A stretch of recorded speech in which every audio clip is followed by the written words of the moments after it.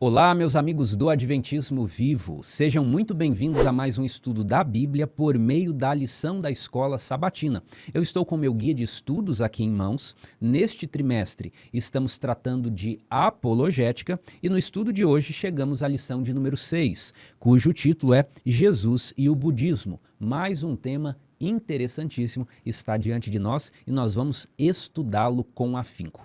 Então, para ter os tópicos todos organizados, eu convido você a me acompanhar no mapa mental. Qual é a visão geral sobre o estudo desta semana? Nós vamos fazer uma comparação entre a compreensão do sofrimento no cristianismo e no budismo. E para enriquecer o nosso estudo, nós vamos nos aprofundar um pouco mais no budismo, conhecendo o básico da sua história, o básico dos seus conceitos, de quais problemas ele se ocupa, quais as soluções que ele propõe, e vamos fazer também um comparativo com o cristianismo. E nós vamos responder mais uma vez a mesma questão da semana passada. Por que estudar sobre isso? Pode ser que você nunca tenha se deparado com um budista, mas veja aqui a primeira resposta. Todos somos chamados à atividade missionária mundial e estudar o assunto faz parte dessa preparação. Você se lembra da rainha Esther de Hadassa, lá no palácio, quando se apresenta uma crise para os judeus que serão exterminados? O tio dela, Mardoqueu, diz assim: pode ser que para uma hora como esta você foi chamada. Então não sabemos em qual circunstância a vida vai nos colocar e precisamos estar preparados para uma hora como essa. E essa preparação inclui conhecermos mais de outras culturas, outras religiões, para estarmos aptos a fazer uma boa ponte, um bom diálogo.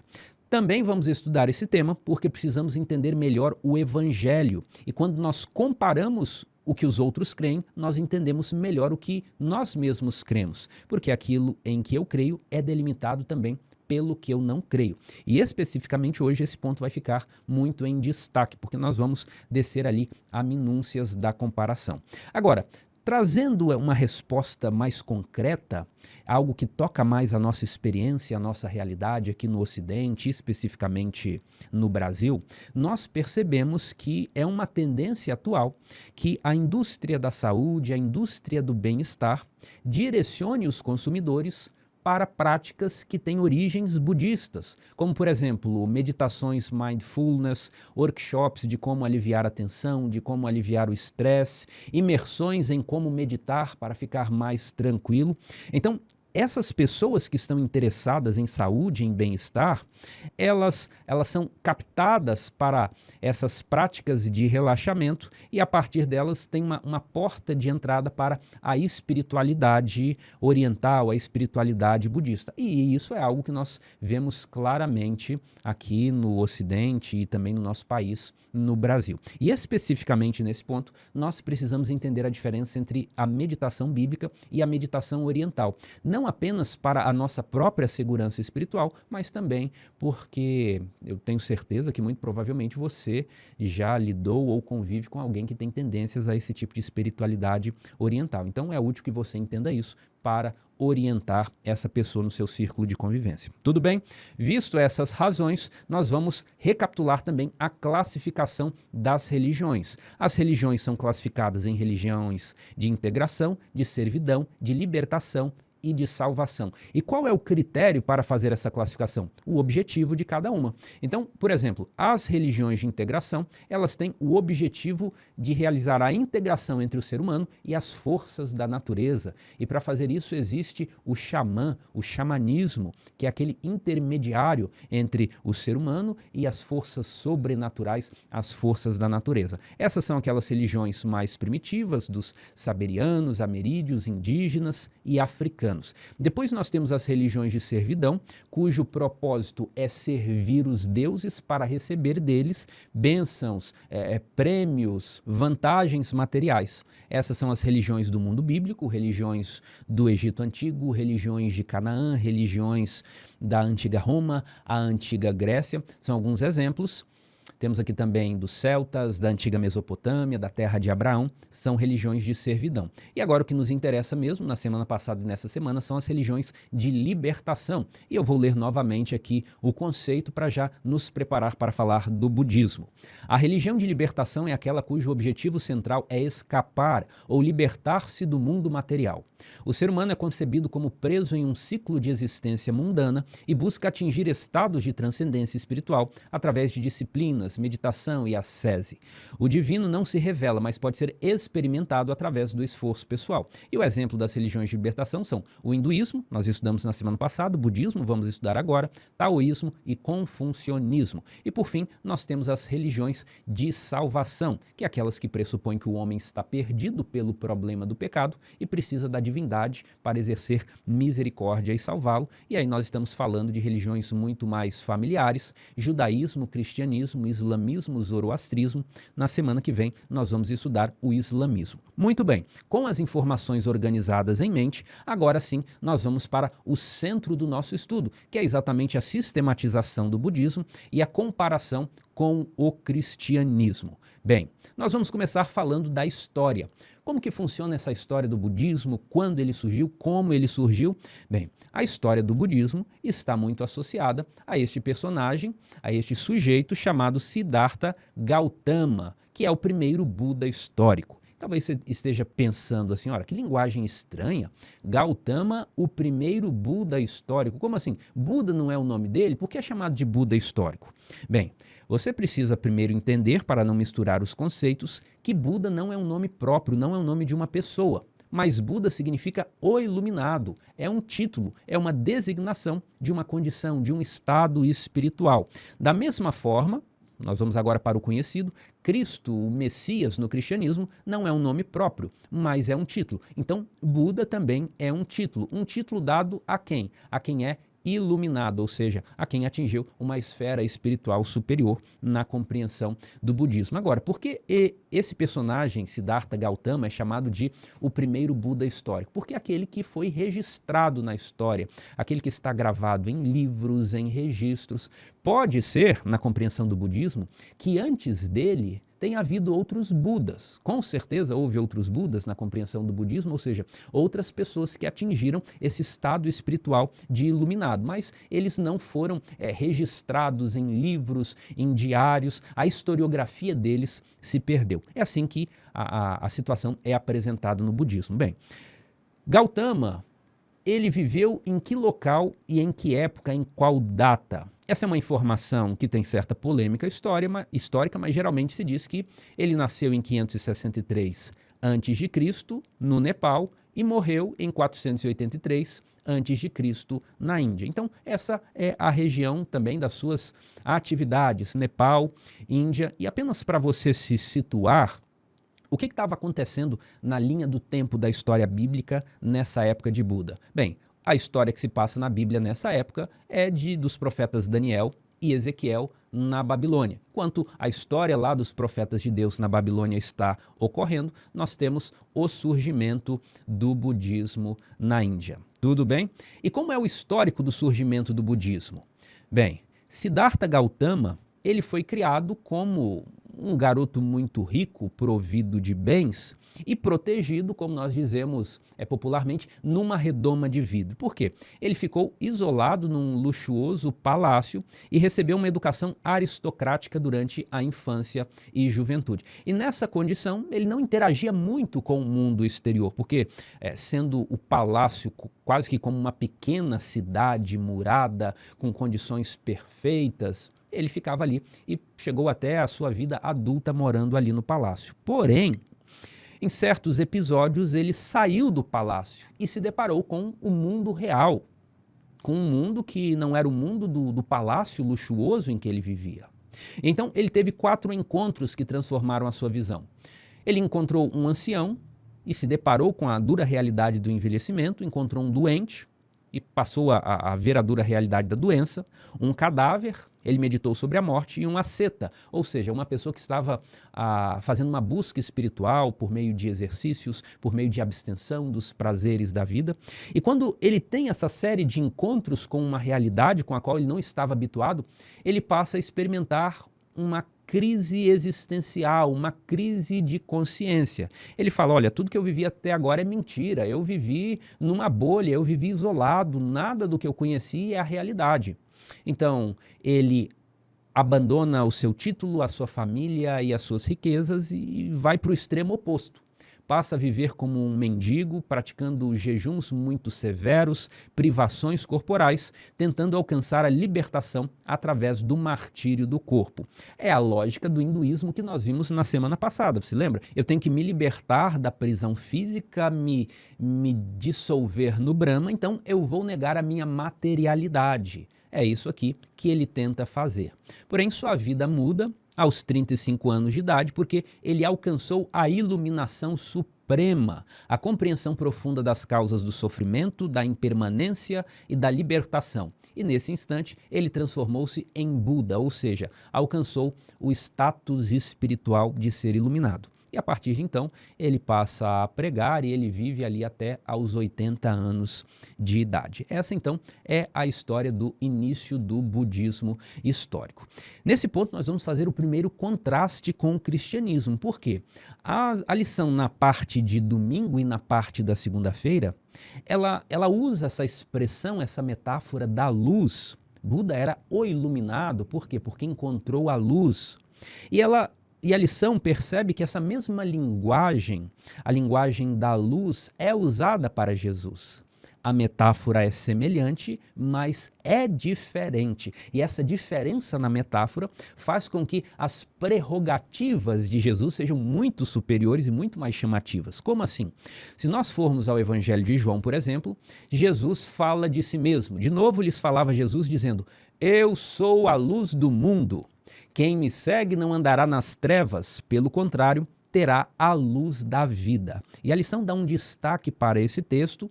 Na parte de sexta-feira nós temos um comentário do livro Desejado de Todas as Nações sobre esse texto. E eu quero exatamente destacar uma parte da lição de sexta-feira para nós entendermos na prática o que Jesus está querendo dizer com esse texto na comparação com outro personagem, Buda, que também se diz iluminado, ou seja, tocado pela luz. O símbolo, a metáfora é a mesma. Então, veja esse texto aqui, ele é muito bonito, é um dos textos que eu mais gosto do livro O Desejado de Todas as Nações. E diz o seguinte, o mundo tem tido seus grandes ensinadores, homens de cérebro gigantesco e dotados de admirável capacidade de investigação, homens cujas declarações têm estimulado o pensamento e aberto à visão vastos campos de conhecimento. Esses homens têm sido honrados como guias e benfeitores de sua raça. Agora note as partes em negrito. Alguém existe, porém, que o supera a todos. De quem o texto está falando? É óbvio, está falando de Jesus Cristo. Podemos seguir os passos dos grandes homens do mundo até onde se estende o registro da história humana. A luz, porém, existia antes deles. Quando o texto coloca aqui luz com letra maiúscula, está falando de Jesus. Ele é a própria luz, ele não é iluminado, ele é a própria luz que ilumina tudo ao redor. Como a lua e as estrelas de nosso sistema solar brilham pelo reflexo da luz do sol, assim, no que há de verdadeiro em seus ensinos, refletem os grandes pensadores do mundo os raios do sol da justiça. Toda joia de pensamento, todo lampejo de intelecto, provém da luz do mundo, provém de Jesus Cristo. Por quê? Porque, como diz o apóstolo Paulo, nele estão ocultas todas as riquezas do mistério, da sabedoria. Tudo está em Jesus, ele é a fonte de tudo que há de bom. Então, quando nós pegamos aqui a metáfora de luz que Jesus usa, falando, eu sou a luz do mundo, Jesus chama para si uma prerrogativa muito superior à de Buda. Por quê? Em primeiro lugar, ele supera a todos os outros que se dizem iluminados. Em segundo lugar, ele já existia antes dele, ele tem uma precedência histórica temporal. Em terceiro lugar, esse aqui talvez seja o ponto mais interessante. Buda está entre os grandes homens da história humana, mas mesmo naquilo que ele fala que seja verdadeiro, que seja correto, que seja bom, ele está como que pegando apenas uma centelha da grande luz que é Jesus Cristo. Então, se de Buda sai alguma verdade, algo útil e algo bom, é porque ele refletiu uma parte do que é Jesus Cristo, do que é a luz de Deus. Não é bonito? Não é grandiosa essa perspectiva? É isso que significa Jesus dizer: eu sou a luz do mundo. Agora, prosseguindo aqui no nosso estudo, há um outro ponto interessante para nós destacarmos. É o seguinte: o budismo é um movimento dissidente do hinduísmo, uma espécie de heresia hindu, porque rejeita 3 valores relevantes para o hinduísmo. Como assim? O budismo rejeita a autoridade dos Vedas, que são textos sagrados. Então, o que o budismo vai falar? Olha, eu não preciso de textos sagrados, porque a sabedoria vem da experiência direta, a sabedoria vem da meditação pessoal, a sabedoria vem da própria investigação racional, e não de livros sagrados. O budismo também vai rejeitar as castas sociais, porque o budismo é um movimento humanitarista. Ele exerce compaixão pelo ser humano apenas por ser humano, independentemente de classes que gerariam um mérito ou demérito pela posição social em que a pessoa nasceu. E o budismo também vai rejeitar o valor dos ritos e da mediação sacerdotal. Então, o budismo procede a uma individualização da religião. É algo de mim para comigo mesmo. Essa é a ideia do budismo. Então, foi por isso que nós estudamos primeiro o hinduísmo para depois estudar o budismo, porque existe uma sequência lógica. Da mesma forma, Siddhartha Gautama era de uma família hinduísta e ele rompe, então, para gerar o budismo. Tudo bem? Entendeu isso aí? Vamos para o próximo tópico, que é o nosso tópico central. Qual é a questão mais importante para o budismo? O budismo vai dizer assim: a questão central da existência humana é como explicar e resolver o sofrimento. Como explicar e resolver o sofrimento? E para responder essa questão, o Buda histórico, Siddhartha Gautama, ele formula então as 4 nobres verdades. O que são essas 4 nobres verdades? É a verdade sobre o sofrimento, a verdade sobre a origem do sofrimento, sobre a cessação do sofrimento e o caminho para a cessação do sofrimento. Então, veja como isso aqui está estruturado. Ele flagra que existe sofrimento no mundo, ele fala qual é a origem do sofrimento, como fazer para cessar o sofrimento e qual é o passo a passo, então, para eu colocar em prática essa cessação do sofrimento. Então, essa aqui é a espinha dorsal do budismo, é assim que o budismo se expressa. O budismo gira em torno, então, dessas 4 nobres verdades. Como que essas verdades do budismo, elas estão expressas, elas estão enunciadas? Nós vamos passar aqui cada uma rapidamente e depois nós vamos analisar detalhadamente. A primeira nobre verdade do budismo é a verdade do sofrimento. É esta, formulada da seguinte maneira: o nascimento é sofrimento, envelhecimento é sofrimento, doença é sofrimento, morte é sofrimento, tristeza, lamentação, dor, aflição e desespero são sofrimento, associação com o desagradável é sofrimento, dissociação do agradável é sofrimento, a não obtenção do desejado é sofrimento. Essa é a primeira formulação do budismo. Agora, segunda nobre verdade do budismo é a seguinte: a nobre verdade da origem do sofrimento é esta: é o desejo que conduz a uma renovada existência, acompanhado pela cobiça e pelo prazer, buscando o prazer aqui e ali, isto é, o desejo pelos prazeres sensoriais, o desejo por ser ou existir e o desejo por não ser ou não existir. Então, note a sequência aqui. Primeiro, ele constata que existe sofrimento e aqui ele diz qual é a origem do sofrimento. Nós sofremos porque desejamos, nós queremos prazer. E o desejo, o querer o prazer, é a causa do sofrimento. E depois, terceira nobre verdade é esta: é a completa cessação desse mesmo desejo através do seu abandono, da sua rejeição, da sua superação, do desapego em relação a ele sem deixar nenhum resíduo, sem nenhum apego. Ora, então, note a sequência lógica. Aqui ele constata o sofrimento na primeira verdade, na segunda verdade ele diz que a origem do sofrimento é o desejo, na terceira verdade ele dá a solução.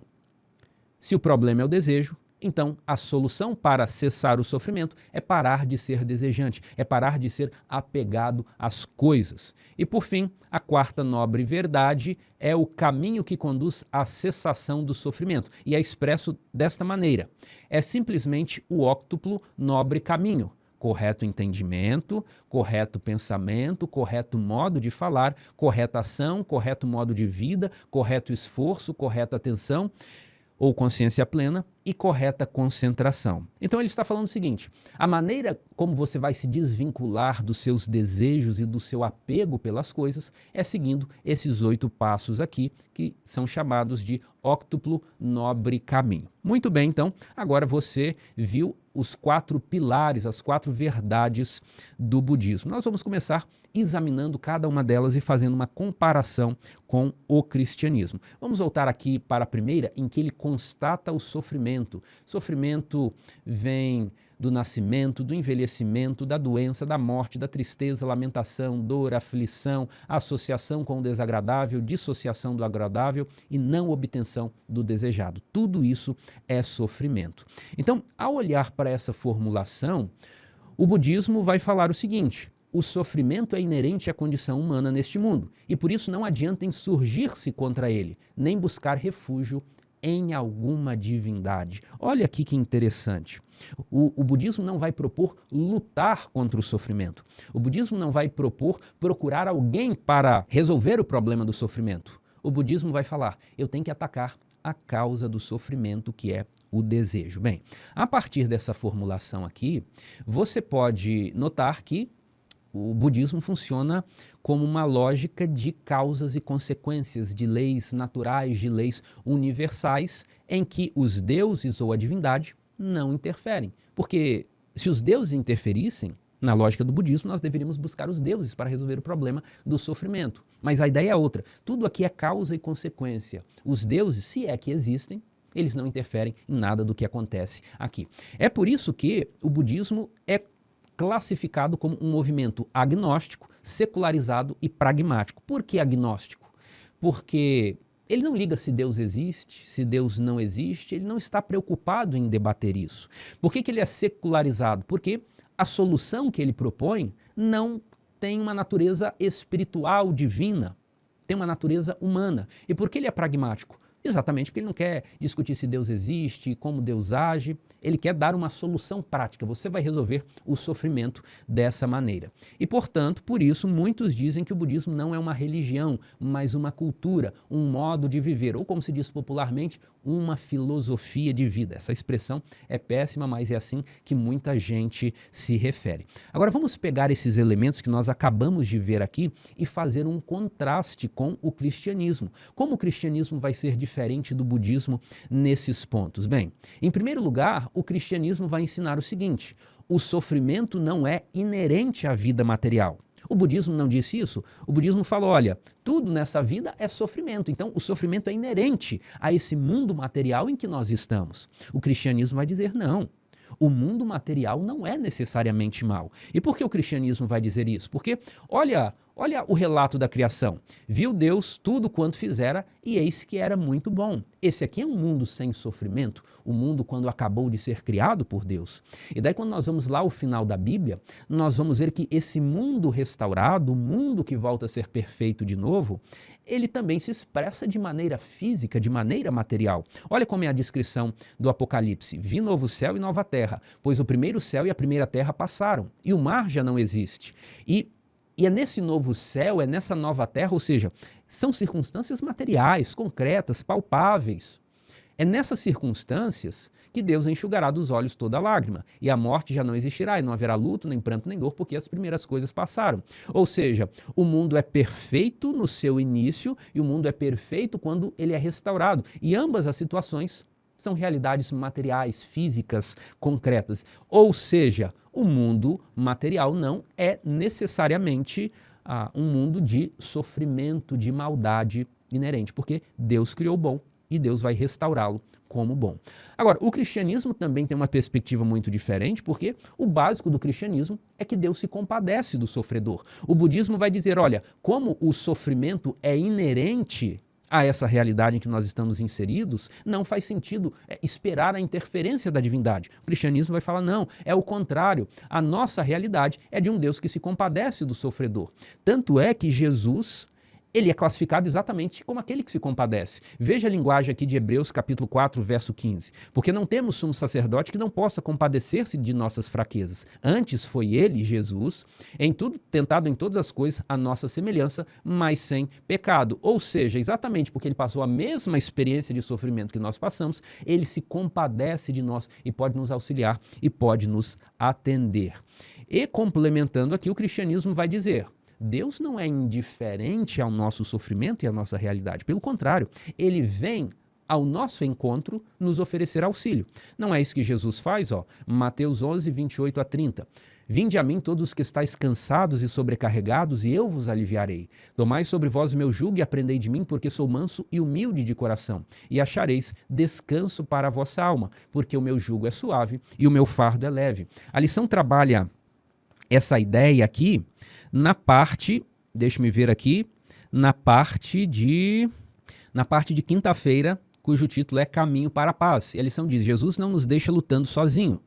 Em vez disso, ele nos oferece uma paz que não é apenas o destino da vida espiritual, mas também o ponto de partida. Então nós vemos aqui que logo na essência, logo na primeira proposição, existe um contraste grande entre cristianismo e budismo. Agora vamos ver a segunda grande verdade do budismo, a nobre verdade da origem do sofrimento. E o budismo vai dizer: todo sofrimento provém dos nossos desejos, e os nossos desejos fazem com que nós fiquemos apegados às coisas desejadas.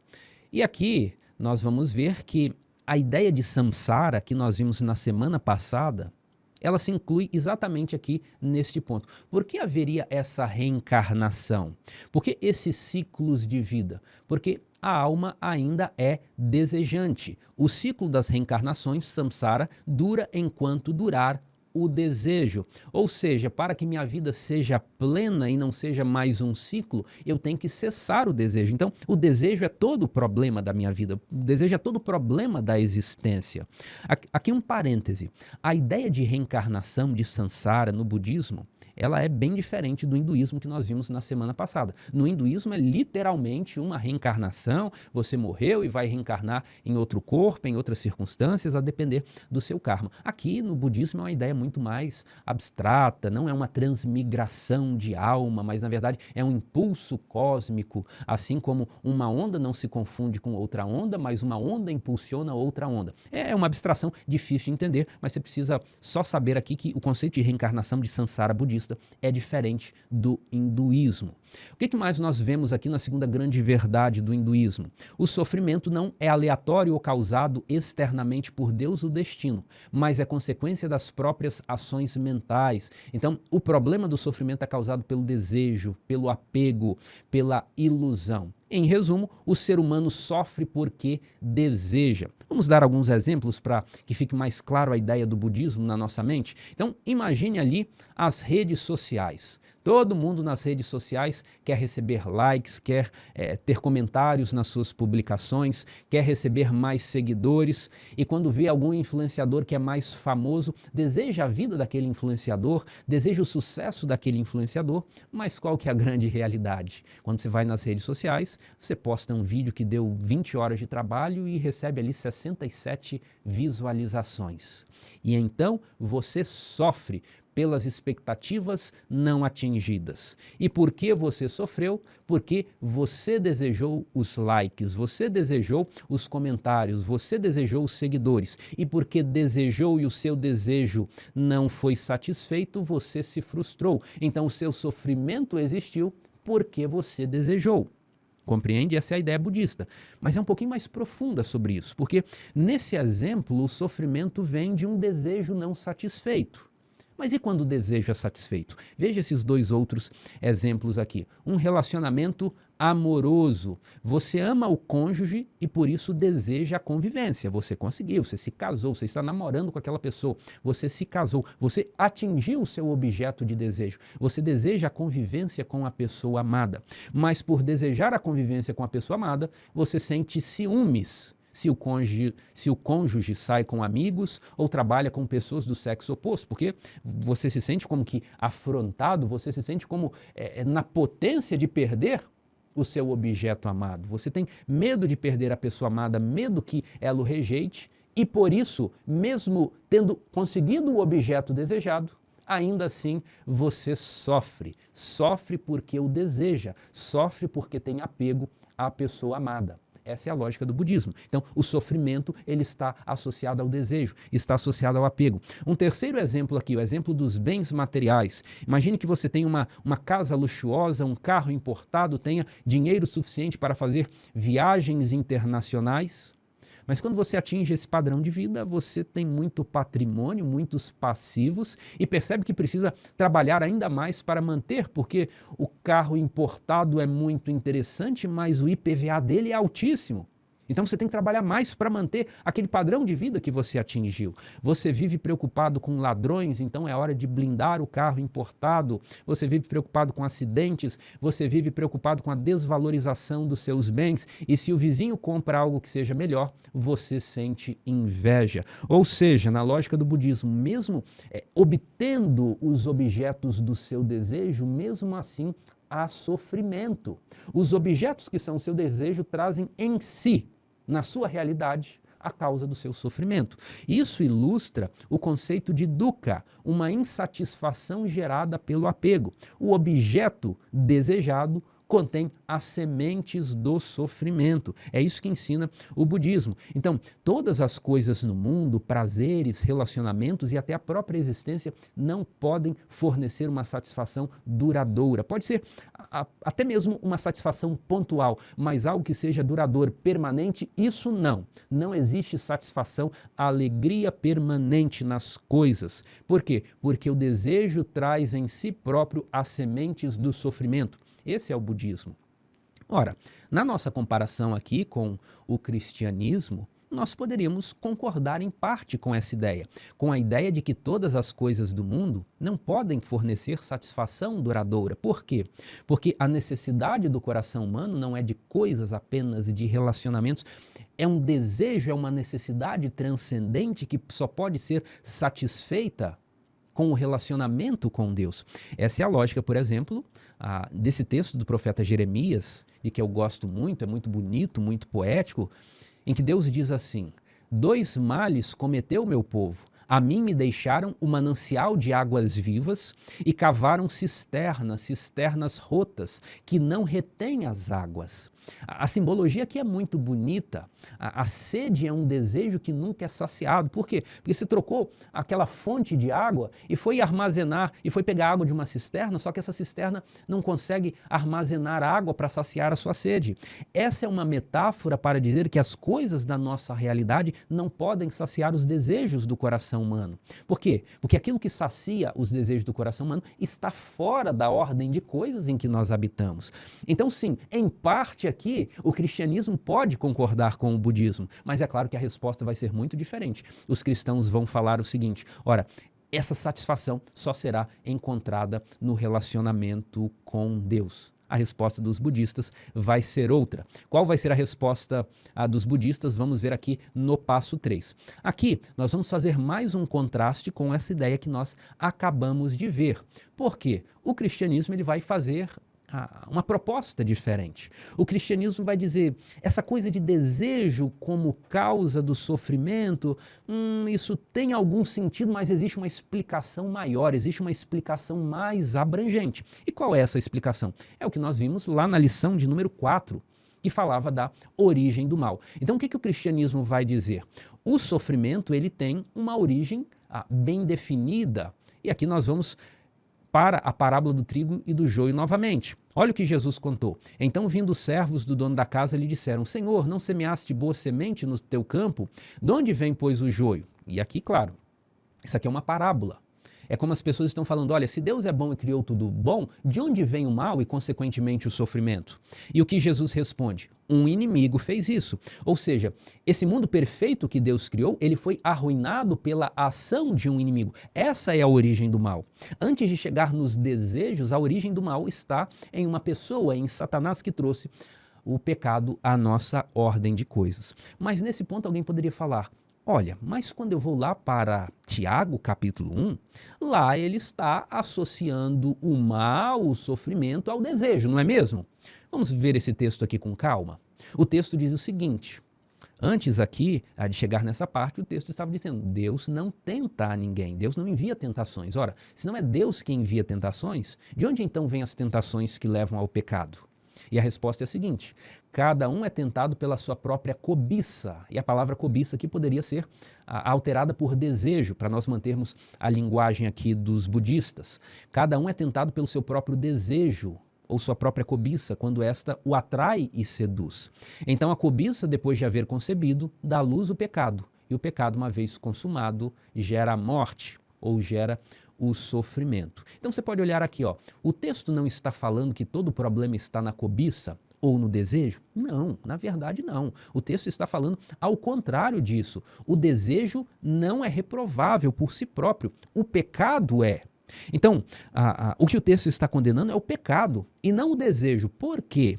Porque os desejos não são maus em si mesmos, mas como eles se tornaram desordenados, como eles se tornaram incontidos depois do pecado, depois da queda de Adão e Eva, os desejos, eles muitas vezes apontam em direções que causam mal, que causam sofrimento, que causam pecado. Mas os desejos em si são neutros, não são maus necessariamente.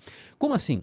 Veja esse texto aqui do apóstolo Paulo, Colossenses 3,5, em que ele diz o seguinte, fazei, pois, morrer a vossa natureza terrena, a prostituição, impureza, paixão lasciva, desejo maligno e a avareza que é idolatria. Isso aqui que o apóstolo Paulo está chamando de natureza terrena e que na linguagem de igreja nós chamamos de natureza pecaminosa, nada mais é do que os desejos neutros em estado desordenado. E por que eu estou frisando aqui o estado desordenado dos desejos? Porque veja aqui alguns exemplos. Imagine aqui o desejo do apetite. Ter apetite é uma coisa ruim?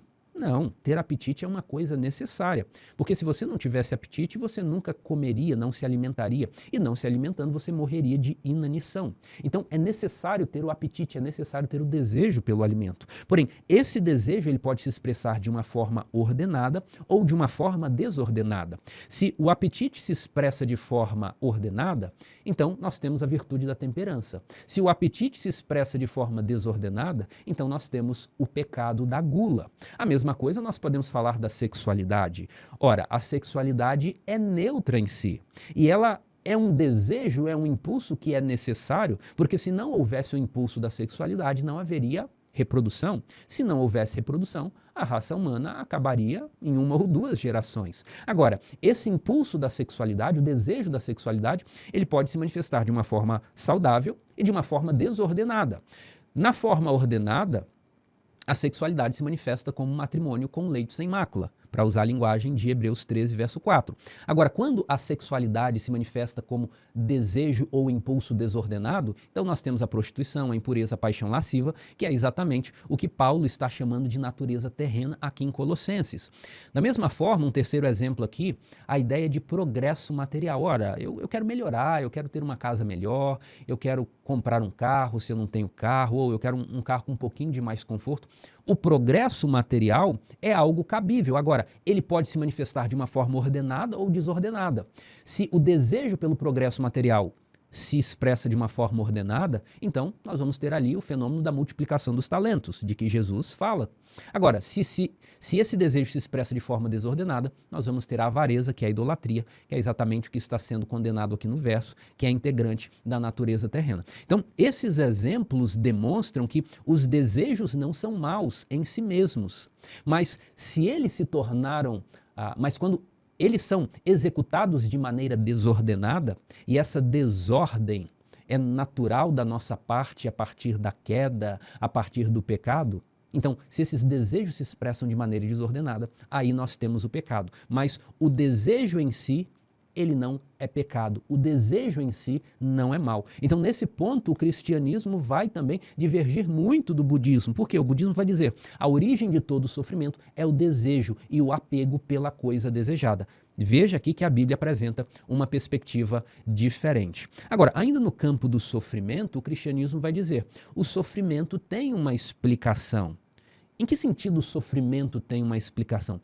A explicação não é para a origem do mal no coração de Lúcifer. Não, Para isso não há explicação, porque se nós explicássemos como um anjo de luz se tornou o inimigo de Deus, nós automaticamente justificaríamos esse fenômeno em Lúcifer. Explicar significaria justificar nesse caso. Então, não existe uma explicação para o surgimento do mal no coração de Lúcifer. Quando nós falamos aqui que o sofrimento tem uma explicação, nós queremos dizer o seguinte: existe um bom motivo para Deus tolerar a permanência do mal a esse ponto da história. E isso nós tratamos bastante lá na lição de número 4 sobre a origem do mal. Falamos inclusive do caso de Jó. O caso de Jó deixa muito claro a seguinte ideia: Deus permite o mal e o sofrimento para provar o erro de Satanás. Então, a ideia é o seguinte: o sofrimento ocorre porque existe um grande conflito ao nosso redor. Nós não sabemos todas as regras desse grande conflito, nós não sabemos todos os detalhes de como ele se desenvolve, mas é por meio de permitir que a proposta de Satanás frutifique em maldade e sofrimento, que Deus mostra que a sua proposta é muito superior. Essa é a ideia da história de Jó. Satanás diz assim para Deus: Jó debalde teme a Deus, ou seja, Jó não é espontaneamente fiel, Jó só obedece porque as circunstâncias são favoráveis. Então, Deus entrega todas as coisas que estavam sob o poder de Jó a Satanás e depois o próprio corpo de Jó é entregue. Então o conceito é: Deus permite o mal e o sofrimento para provar o erro de Satanás. Então essa existência do mal no mundo de hoje não é o mero resultado de causa e efeito, mas ele é explicado por um grande conflito. Isso ficou mais detalhado na lição de número 4, aqui nós passamos rapidamente. Agora, um outro contraste do cristianismo com o budismo é que o cristianismo vai dizer o seguinte: o sofrimento tem um propósito, no sentido não de que o sofrimento foi causado para que esse propósito fosse alcançado, mas no sentido de que Deus pega aquela situação de mal, de sofrimento, e transforma e direciona para um bem, para uma bênção, escrevendo certo por linhas tortas, como diz a linguagem popular. E essa aqui é a ideia da parte de segunda-feira. Para complementar essa ideia, nós podemos citar aqui Romanos 8, 28, que diz assim: sabemos que todas as coisas cooperam para o bem daqueles que amam a Deus e daqueles que são chamados segundo o seu propósito. Ou seja, o sofrimento não é um castigo automático, como é a ideia de karma do hinduísmo e do budismo, mas ele é um instrumento da graça divina. Não é algo impessoal, mas é algo em que Deus intervém para pegar uma desgraça e transformar em bênção. Aliás, essa é a ideia central do nosso texto-chave. O texto-chave da lição desta semana é João capítulo 9. O que nós temos em João capítulo 9? A cura da cegueira daquele jovem. E o texto diz assim, os versos iniciais: caminhando Jesus viu um homem cego de nascença e os seus discípulos perguntaram: mestre, quem pecou, este ou seus pais, para que nascesse cego? Respondeu Jesus: nem ele pecou, nem seus pais, mas foi para que se manifestem nele as obras de Deus. Se esse texto ou essa história fosse contada por um budista, ela não teria muita graça, porque eles olhariam para o cego e falariam assim: ora, isso é mera causa e efeito. Essa cegueira é resultado de um karma, que é uma ideia parecida que os discípulos falaram. Olha, se ele está assim é porque tem um pecado nessa história. Ele está pagando pelos seus atos anteriores. Mas Jesus, ele inverte a lógica, Jesus fala diferente.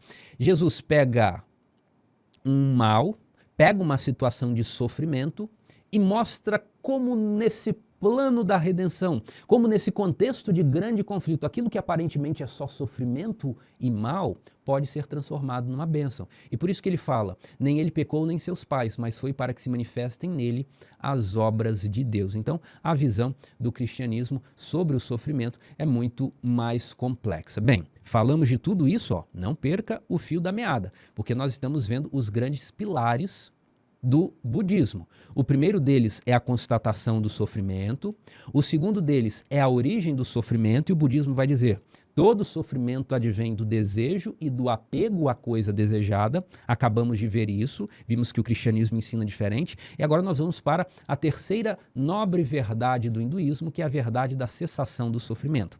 E aqui já ficou fácil de você completar o raciocínio. Se todo sofrimento é proveniente do desejo, então qual é a solução? A solução budista é acabar com o desejo. Veja aqui, é a completa cessação desse mesmo desejo através do seu abandono, da sua rejeição, da sua superação, do desapego em relação a ele, sem deixar nenhum outro resíduo, sem nenhum apego. Então, se o sofrimento é causado pelo desejo, se eu não tiver desejo, também não haverá sofrimento. Essa é a ideia aqui, essa é a proposta. A solução é deixar de desejar. Ora, como assim deixar de desejar? O que seria isso na prática? Alguns exemplos do que seria uma vida sem desejo. Número 1, eliminação completa do desejo sexual. E claro, aqui nós estamos falando de alguém que atingiu os estados mais elevados dessa forma de libertação, dessa forma de espiritualidade. Eliminação completa do desejo sexual. E como que é a alimentação de alguém que deixou de desejar?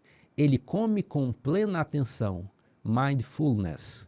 Tem alguém aí da área de psicologia que está assistindo o vídeo? Fale aí como é que o conceito de mindfulness aparece na psicologia, na terapia cognitivo-comportamental.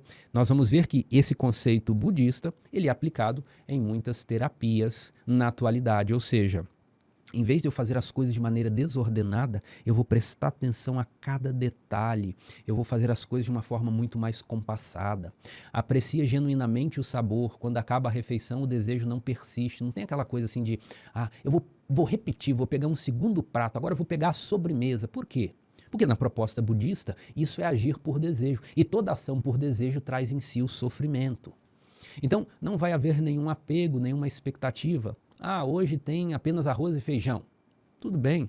Hoje tem um banquete. Tudo bem. Não faz diferença. Essa é a ideia budista.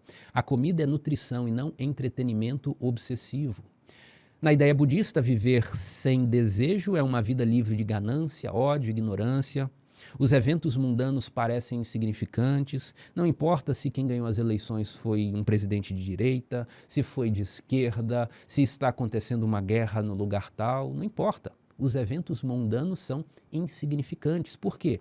Porque o mundo funciona pela causa e efeito, então não tem como resolver. A solução é individual, não tem como eu me importar com uma coisa na qual eu não posso intervir. Uma vida sem desejo, não existe nenhuma ambição pessoal. Eu não quero ser rico, não quero ser famoso, eu não quero ser desejado, eu não quero ser amado. Nada disso faz sentido na lógica do budismo. A ausência total de medo, de preocupação, de remorso. Os relacionamentos são abandonados? Claro, qual seria o propósito de um relacionamento, né? Os relacionamentos são baseados no desejo de amizade, no desejo de intimidade, no desejo de compartilhar visões de mundo. Então, se eu vivo uma vida sem desejo, automaticamente os relacionamentos não têm sentido. Esses são exemplos de como seria uma vida sem desejos proposta pelo budismo.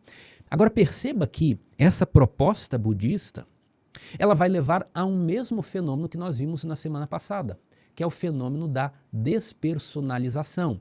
Por quê? Porque se eu não tenho desejos, eu perco também a minha identidade.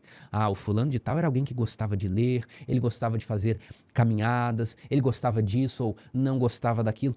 Ele era muito apegado à avó dele, ia visitar a avó. Ora, uma vida sem apegos é também uma vida sem identidade, uma vida em que estão ausentes as características individuais distintivas. Então, da mesma forma que o hinduísmo, o budismo também leva a essa despersonalização, essa perda de identidade. A vida, que é uma vida sem desejo e sem apego ao objeto desejado, é uma vida que atinge o nirvana. O que é o nirvana? É o estado de paz perfeita que surge quando o desejo é eliminado. Não desejo mais nada, e porque não desejo mais nada, não sofro. E porque não estou desejando e esperando nada, eu estou em paz. Então, o nirvana é descrito como calma, paz e pureza de pensamento. É acessado pela mente. Nirvana não é um lugar, não é um paraíso, como é a nossa concepção cristã, de que existe um paraíso no céu e que depois esse paraíso vai ser colocado aqui na Terra, no planeta restaurado. Não. Nirvana é uma realidade que é acessada pela mente. É um estado que é acessado pela mente. É uma abstração difícil de compreender, mas geralmente é formulado dessa maneira. Agora, note o seguinte, antes da gente comparar esse ponto com a Bíblia e com o cristianismo, eu quero destacar o seguinte: se a minha redenção, pela lógica do budismo, vai se dar com eu fazer morrer os meus desejos, eu parar de ser desejante, então é uma solução que depende de mim apenas. E é impossível que outra pessoa resolva o meu problema, porque ninguém pode deixar de ser desejante no meu lugar. A ênfase está na performance individual. Ninguém pode deixar de desejar por mim. E aqui nós podemos fazer muitas comparações e contrastes com o cristianismo. Em primeiro lugar, a redenção no cristianismo ela é física, mental e espiritual. Lembra que eu falei um minuto atrás que o estado de nirvana alcançado por aquele que não deseja mais é uma realidade abstrata que é acessada pela mente? No cristianismo é diferente. No cristianismo, a redenção implica que, por exemplo, esse meu corpo, que é corruptível, vai ser transformado num corpo incorruptível. O corpo que é mortal vai ser revestido da imortalidade. 1 Coríntios 15, 53. Então, o cristianismo prega que a redenção, que o estado superior, vai ser alcançado por uma transformação da materialidade. Não é algo abstrato, não é algo que está dentro da minha mente. É uma mudança física no mundo, é uma mudança física no meu corpo. O budismo vai dizer que essa mudança é apenas uma mudança na sua mente, na sua percepção da realidade. O cristianismo vai dizer que a redenção tem ali um aspecto mental, um aspecto de cognição. Sim, mas não apenas isso. Veja aqui em 1 Coríntios 13, 12, porque agora vemos como em espelho obscuramente. Então, ou seja, na redenção, veremos face a face. Agora conheço em parte, então conhecerei como também sou conhecido. Ou seja, o conhecimento que eu tenho agora, a minha percepção, a minha capacidade de cognição, ela é limitada. Mas quando eu for redimido, quando eu estiver no estado de perfeição, depois da volta de Jesus, na glorificação, então a minha capacidade de cognição ela será plena. Eu conhecerei como sou conhecido. O budismo vai focar a redenção apenas nesse aspecto mental. O nirvana é um estado acessado pela mente. O cristianismo vai dizer não. A redenção é uma mudança física, é uma restauração do planeta, é uma restauração do meu corpo. E isso inclui também uma restauração da minha capacidade cognitiva. Então, a ideia de redenção cristã ela é mais ampla do que a ideia de nirvana budista. E aqui complementando, a existência mais elevada é um paraíso físico. E nós podemos citar vários textos de Apocalipse de que o paraíso restaurado, ele tem o rio da água da vida, tem o trono de Deus, tem uma praça, tem uma árvore e eu preciso comer das folhas dessa árvore para eu ir progredindo na minha redenção. Então, existe uma dimensão física muito palpável, muito concreta. Isso não existe no budismo. E terceiro ponto aqui, o sofrimento não pode ser resolvido pelo sofredor. Lembra que esse é um dos pontos centrais que nós acabamos de ver? Se o problema no budismo que causa o sofrimento é o desejo, eu preciso parar de ser desejante. Ninguém pode fazer isso por mim. Então, quando eu paro de ser desejante, o mérito é meu, a performance foi minha. A lógica do cristianismo é diferente e a lição de quinta-feira vai abordar isso. A ideia é a seguinte: eu, por mim mesmo, estou completamente desamparado, não posso mudar a minha situação. Tanto é que a ideia que Paulo desenvolve é a seguinte: desventurado homem que sou, quem me livrará do corpo desta morte? E a resposta é, graças a Deus por Jesus Cristo, nosso Senhor. Então, note esse ponto aqui. Enquanto no budismo, a responsabilidade pela minha redenção é operada por mim mesmo, a proposta do cristianismo é diferente. A proposta do cristianismo é, você não consegue resolver o seu problema de jeito nenhum. É Jesus Cristo que tem que ir até você e te puxar do fundo do poço. Caso contrário, é impossível que você faça qualquer bem abandonado à própria sorte. Então, são perspectivas de fato muito diferentes. E agora nós vamos aqui para a última grande, nobre verdade do budismo. Veja aqui, pessoal, quando eu falo verdade do budismo, não quer dizer que eu estou concordando com essa filosofia, com esse pensamento, mas eu estou usando o mesmo tipo de expressão que eles usam, porque a nomenclatura do budismo é a nobre verdade do caminho que conduz à cessação do sofrimento. Então, qual que é a ideia aqui? Se a causa do sofrimento é o desejo, eu tenho que parar de desejar. Mas para eu parar de desejar, eu tenho que cumprir esses 8 passos aqui. Nós não vamos falar desses 8 passos, mas eu quero destacar apenas um deles, que é a meditação. Nós vamos aqui dedicar bastante os próximos minutos a meditação, que é um dos passos para eu parar de desejar. Antes, porém, note o seguinte: quais são os 8 passos para eu parar de desejar? Correto entendimento, correto pensamento, correto modo de falar, correta ação, correto modo de vida, correto esforço, correta atenção, correta concentração. A meditação está aqui, ó, correta atenção e correta concentração. O ponto aqui, que talvez seja a maior crítica ao budismo, é a seguinte: você está dizendo que para eu resolver meu problema de sofrimento, de desejo e de apego, eu preciso fazer coisas corretas. Não é isso que diz o óctuplo nobre caminho? É isso. Agora a questão é a seguinte: como definir algo como correto? Se você está me dizendo que eu devo fazer o correto, então você sabe o que é incorreto. Então como eu faço separação entre o que é correto e o que é incorreto? Qual é o fundamento da moral para eu dizer que um caminho é correto e outro não? E quando você lança essa questão para o budismo vai falar o seguinte: ora, eu vejo que algo é correto ou incorreto pela consequência, porque eu tenho o princípio da compaixão, porque eu preciso apelar para a sabedoria. Mas todas essas respostas, elas não respondem à questão de onde vem a moral, qual é o fundamento para dizer que algo é correto ou incorreto. Então, essa é uma falha no sistema de pensamento do budismo e nós chamamos isso de lacuna metaética. Por que metaética? Porque o budismo, ele fornece uma ética: faça o que é correto e deixe de praticar o que é incorreto. Agora, qual que é a metaética? Ou seja, o que está por cima? Qual é o fundamento? O que legitima algo como certo e errado? O budismo não fornece essa resposta. Então, por isso, ele tem uma lacuna metaética, ou seja, ele oferece o como eu devo agir, mas ele não responde por que eu devo agir dessa maneira. E claro que ele não vai responder. O único fundamento da moral que existe é Deus. Deus é o fundamento da moral. E por isso, esse é um argumento tão interessante para a existência de Deus. Se Deus não existisse, não haveriam valores absolutos que fundam a nossa moral. É um tópico muito interessante, mas não é para o nosso estudo de hoje. Muito bem, visto isso aqui, nós vamos para o final, que é o tema da meditação. A meditação é uma forma de eu me tornar menos desejante, de eu submeter os meus desejos à erradicação. Sem a meditação, eu não consigo atingir o nirvana, ou seja, eu não consigo atingir a plenitude dessa existência. E a lição de terça e quarta-feira, elas vão focar exatamente numa comparação entre a meditação cristã e a meditação oriental. Quais são os tópicos aqui, os critérios que nós podemos usar aqui na nossa investigação? O primeiro critério é o objeto, ou seja, qual é o objeto da meditação cristã? O livro de Salmos, no capítulo 1, verso 2, vai responder: antes o seu prazer está na lei do Senhor e na sua lei medita de dia e de noite. Então, qual que é o objeto da meditação? O objeto é a lei de Deus. E aqui nós precisamos entender de uma forma mais ampla, não apenas a lei no sentido de 10 mandamentos, mas a palavra de Deus, na qual ele revelou toda a sua vontade. Esse é o objeto da meditação cristã. E agora, no budismo? O budismo não tem um objeto de meditação, exatamente porque a meditação do budismo é contemplar o vazio, é a ausência de conceitos.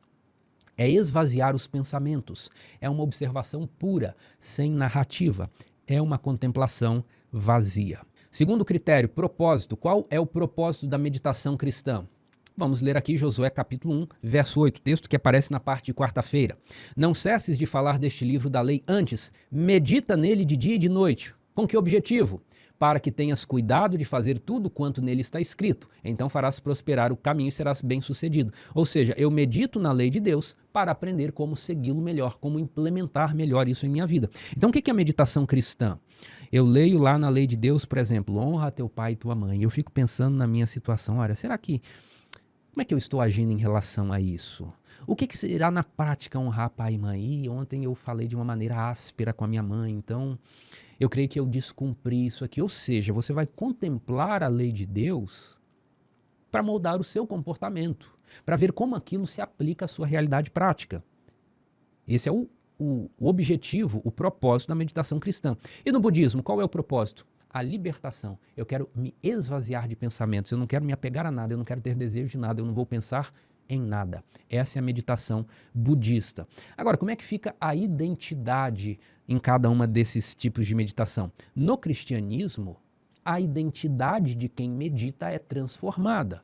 Isso é dito, por exemplo, por Paulo, na segunda carta aos Coríntios, capítulo 3, 18. Ele diz assim: e todos nós, com o rosto desvendado, contemplando como por espelho a glória do Senhor, somos transformados de glória em glória na sua própria imagem, como pelo Senhor, o Espírito. Então veja, a partir do momento que eu fico contemplando a Bíblia, lendo a vida de Jesus, lendo o ensinamento dos apóstolos, eu que era rude, agora eu tenho um novo traço de caráter. Eu sou brando, eu sou compassivo, eu sou amável, eu sou agradável. Eu que falava palavrões, agora eu tenho um vocabulário puro. Então, a minha identidade é moldada, ela é transformada com base na meditação que eu faço. E no budismo, como é que funciona? O que acontece com a identidade? Acontece a dissolução. Como eu não desejo nada, eu não me apego mais a nada, então eu não tenho mais características individualizadas. A minha personalidade, a minha identidade se dissolveu. Muito parecido nesse ponto com o hinduísmo que nós vimos na semana passada. Agora, como é que é a relação da meditação com o desejo? No cristianismo, a meditação, ela ordena os nossos desejos. Aqueles desejos que estavam desordenados em razão do pecado, eles são contidos, eles são ordenados enquanto eu medito. Veja, por exemplo, o texto de Romanos 12, verso 2. Não vos conformeis com este século. Como é este século? Ou seja, como é este mundo? Como é a nossa sociedade? É uma sociedade que prega que a felicidade consiste em dar vazão a todos os desejos. Então, eu sou feliz se eu comer muito, se eu beber muito, se eu me envolver sexualmente com várias pessoas, porque isso é dar vazão aos desejos. Não vos conformeis com este século, mas transformai-vos pela renovação da vossa mente, para que experimenteis qual seja a boa, agradável e perfeita vontade de Deus. Então, o objetivo da meditação cristã é impactar de forma positiva os desejos. Seus desejos não vão ser mais desordenados. Agora, eles vão ser submetidos à vontade de Deus. E no budismo, qual é a relação da meditação budista com os desejos? Aqui ficou fácil. Os budistas meditam porque querem erradicar os seus desejos, fazer com que eles desapareçam. E por fim aqui, como é a dinâmica teológica da meditação em cada religião? No cristianismo, o agente da meditação é Deus em cooperação com o ser humano. Por que Deus é o agente da meditação? Porque Deus já providenciou o texto sagrado para que eu lesse e eu meditasse. E enquanto eu estou lendo, o Espírito Santo trabalha na minha mente, me dando a sensibilidade espiritual, colocando em mim o querer e o efetuar. É por isso que o agente aqui é Deus em cooperação com o ser humano. E o mecanismo usado é um mecanismo relacional. O Espírito Santo desperta a sensibilidade. E o resultado da meditação, ele é uma transformação do caráter que é recebido como um dom. Eu era mau, agora eu ordenei os meus afetos, os meus desejos, isso é um dom de Deus para mim. Eu não consegui isso pelo meu mérito, mas foi Deus que me deu isso. Agora, no budismo, note como é diferente aqui. Quem é o agente da meditação? É o indivíduo, ele faz isso sozinho, ninguém pode fazer por ele, ninguém pode fazer com ele. E qual que é o mecanismo? É a técnica, então, existe uma postura corporal, eu tenho que me sentar na posição de flor de lótus, eu preciso de uma respiração, eu tenho que me esforçar para ficar nessa posição, eu tenho que me esforçar para cumprir esse tipo de respiração. O resultado, então, é alcançado por seus próprios esforços e há um mérito pessoal nisso. Então, note que interessante como é contrastante as ideias dos dois sistemas religiosos.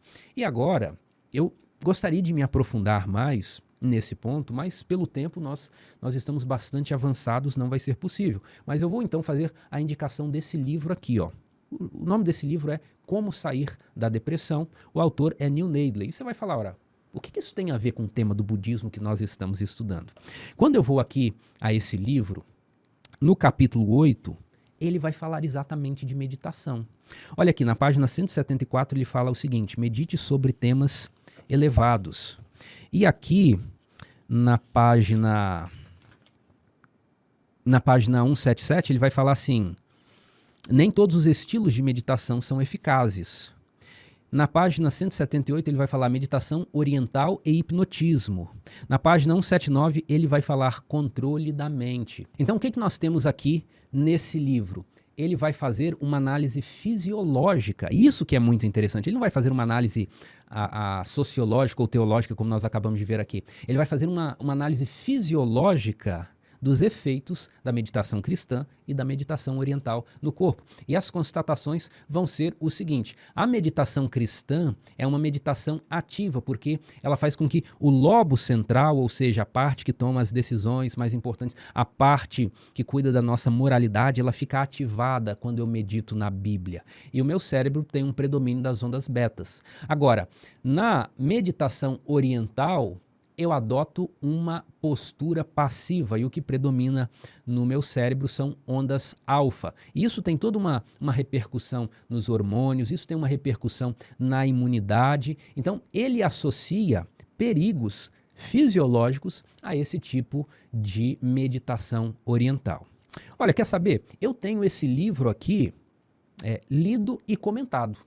Se vocês quiserem que eu pegue esse trecho que eu já li e comentei e coloque aqui no canal, escreva aí nos comentários: olha, quero saber mais sobre os efeitos fisiológicos da meditação oriental, coloque a leitura do livro do Neil Nedley pra gente aqui. Se tiver interesse, se vocês quiserem, quem sabe eu possa disponibilizar esse trecho aqui no canal. Tudo bem?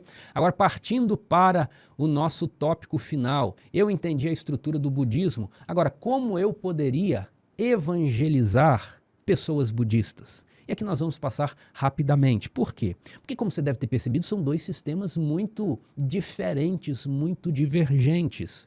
Então aqui não existe nenhuma técnica muito especial. O que nós temos que fazer é usar as partes do texto bíblico que podem fazer uma ponte com a cultura budista. E do que nós estamos falando exatamente? Veja o livro de Eclesiastes. O livro de Eclesiastes, ele parece uma literatura budista na maior parte do seu texto. Imagine uma situação hipotética em que você está lidando com um budista e você se dirige assim para ele e diz: olha, encontrei um livro do qual acho que você gostaria. É da Bíblia, mas ele fala sobre vaidade, fala sobre impermanência, o vazio de buscar a satisfação em coisas mundanas. Você quer ver um pouco dessa literatura aqui? Isso é um cristão conversando com um budista. E o que o cristão mostraria então para esse budista? Mostraria alguns trechos de Eclesiastes, como por exemplo: vaidade das vaidades, diz o pregador, tudo é vaidade. E o budista, ao ouvir isso, ele falaria assim: eu conheço bem essa ideia. É a ideia de impermanência. Eu estou familiarizado com isso.